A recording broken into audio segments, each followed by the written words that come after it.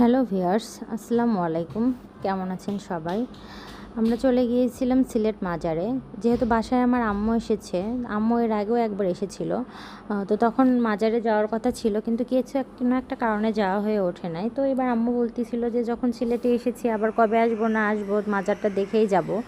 তো এই কারণে আর কি আম্মুকে মাজারে নিয়ে গিয়েছিলাম। আমাদের সিলেটে যেতে যেতে রাত হয়ে গিয়েছিল, আর আপনারা দেখছেন এটা মাজারে রাতের দৃশ্য। এত লোকের ভিড়, সম্ভবত ওইখানে খাবার দিচ্ছিল, তো সবাই হুমড়ি খেয়ে খাবারের প্যাকেট নিতে যাচ্ছিল। আর হচ্ছে এটা রাতের সিলেটের আর কি মাজারের দৃশ্য। আমার বাচ্চাই যে মেলিসা মনে এখানে দাঁড়ায় আছে, ওরা এর আগে দুইবার মাজারে আমরা গিয়েছিলাম, তখন আমরা দিনের বেলা গিয়েছিলাম, তো তখন ওরা কবুতর দেখতে পাচ্ছিল, তো অনেক অনেক মজা করছে কবুতর দেখে। তারপর কবুতরকে খাবার দিচ্ছিল। তো এইবার রাতের বেলা তো কবুতরগুলো নিচে ছিল না, সব উপরে ছিল। তো ওদের ওটা নিয়েই বারবার জিজ্ঞাসা, মা কবুতরগুলো নিচে নাই কেন, আমরা এখন কি দেখব, তো এইগুলো বলতেছিল। পরে ওখানে ক্যান্ডেল দেখে ওইদিকে গিয়েছে, তো ওরা নানান কিছু জিজ্ঞাসা করতেছিল। তো আমি ওদের সাথেই ছিলাম। আম্মু উপরে গিয়েছিল নামাজ পড়তে।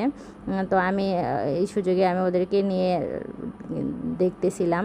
আর ওই দিন বৃষ্টিও ছিল, পুরা রাস্তা সব কিছু ভেজা ছিল।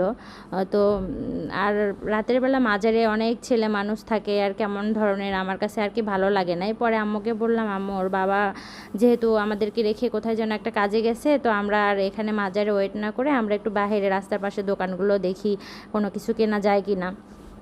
তো আম্মু তারা কিছু জিনিসপত্র কিনেছিল, আতর তসবিহ সব কিছু আর কি। আর হচ্ছে বাচ্চাদেরকে নিয়ে গিয়েছিলাম দোকানে, ওদের কিছু খেলনা কিনে দিয়েছিলাম।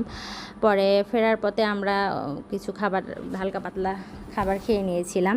তো এই ফুড পার্কটা আমাদের কোম্পানিগঞ্জে ফেরার পথে, কোম্পানিগঞ্জ থেকে কাছেই ছিল। তো ওখানে গিয়ে আমরা খাবার খেয়ে নিলাম। তো মেলিসামণি শাড়িমণি ওখানে খেলার জায়গা ছিল, ওরা খেলা করতেছিল। পরে খাবার আসার পর ওদেরকে ডাক দিলাম যে বাবা আসো আমরা এখন খেয়ে নেই, বাসায়ও ফিরতে হবে, রাত হয়ে গেছে। তো মেলিসামণি আর কি স্যুপ খাওয়ার জন্য আসতেছিল, তো স্যুপ খাচ্ছিল। এরপর হচ্ছে এখন আমরা সিলেটে কিন্তু রাতের বেলা কুয়াশা পড়ে, এখন মোটামুটি শীতের আমেজ চলে এসেছে। এই যে আমরা বাসায় ব্যাক করতেছিলাম তখন কিন্তু এটা কিন্তু গ্লাসের সাথে বৃষ্টির পানি না, এটা কুয়াশার পানি, চা বাগানের ভিতরে রাস্তা। তো হচ্ছে বাচ্চারা এইগুলো মজা করে দেখতেছিল। Thanks for watching.